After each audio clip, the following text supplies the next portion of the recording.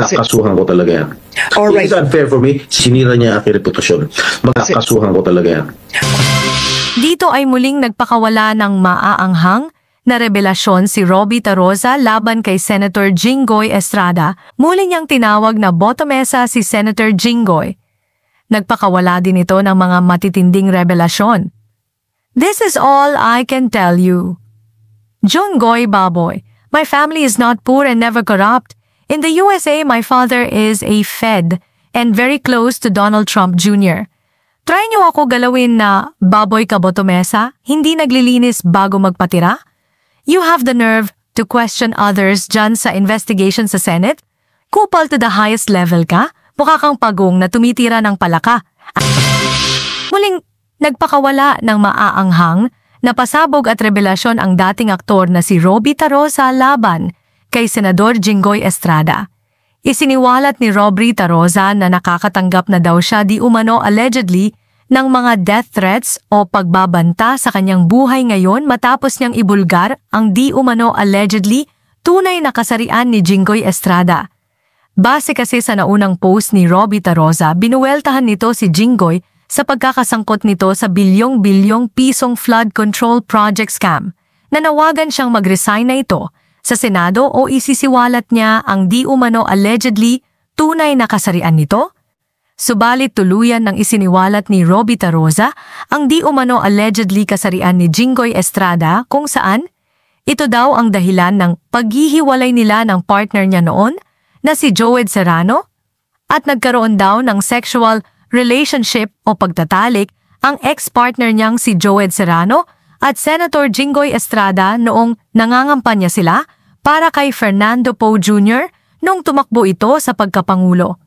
Inilantad ni Roby Taroza na di umano allegedly bakla daw si Senator Jinggoy at meron daw siyang hawak na mga ebidensyang magpapatunay nito. Kasunod nito ay inihayag ni Roby Taroza na matapos ang kanyang revelasyon ay nakakatanggap na daw siya ng mga death threats o pagbabanta sa kanyang buhay mula sa kampo ni Senador Jinggoy Estrada. Eto na po mga death threats na, I do not care, I will continue to speak the truth. Bakla at sinunggaling ka. Dagdag pa niya, Hoy Pilipinas, di pa ako tapos, madami pa natitirang bakla dyan sa gobyerno. Keep me alive and I will reveal. Dami na kasi death threats. Muli niyang binanatan si Senator Jinggoy Estrada. Say pa ni Roby Taroza, nangako daw siya na haharangin niya ang muling pagpasok ni Jinggoy sa politika para never na ito makakapasok pa sa politika. Iboto ang kandidato na nakikipaglaban para sa trabaho at dagdag benepisyo. Ako po si Jinggoy Estrada. Siya ang senador ko. Dapat daw sana ay tinapatan na daw niya si Jinggoy noong nakaraang eleksyon para hindi na ito makapasok pang muli sa politika. Tinawag niya muli si Jinggoy ng botomesang bayot o bakla. Dear Baklitang Unggoy, I promise you Botomae, you will never be a politician again? Dapat pala last election tinapatan kita bayota ka? Why are the Filipino voters so stupid? Bayarin? Sige po punta kayo sa amin, we will pay you triple, wag lang sila. Nagbanta rin si Roby Taroza kay Senator Jinggoy Estrada. Bilang American citizens na siya ngayon, ay malapit daw ang kanyang pamilya kay US President Donald Trump, kaya wag daw susubukan ni Jinggoy na galawin siya. Dito ay muling nagpakawala ng maaanghang na revelasyon si Roby Taroza laban kay Senator Jinggoy Estrada. Muli niyang tinawag na botomesa si Senator Jinggoy. Nagpakawala din ito ng mga matitinding revelasyon. This is all I can tell you. Jinggoy Baboy, my family is not poor and never corrupt.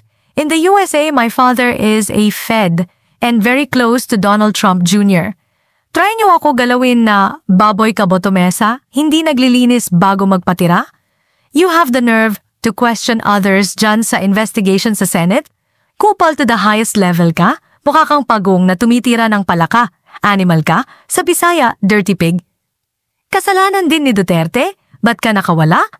Inday Sara Duterte? Sebastian Baste Duterte? Please explain to the Filipino people the injustice your father has done letting him lose. Hi, tuwadera ng taon? Sa mga oras na ito ay wala pang inilalabas sa social media na pahayag o o reaksyon si Jinggoy Estrada tungkol sa mga paratang, akusasyon at aligasyon na ito ni Robby Taroza laban sa kanya. Subalit ayon kay Robby Taroza, nakarating na daw sa kanya ang di umano allegedly reaksyon ni Jinggoy Estrada.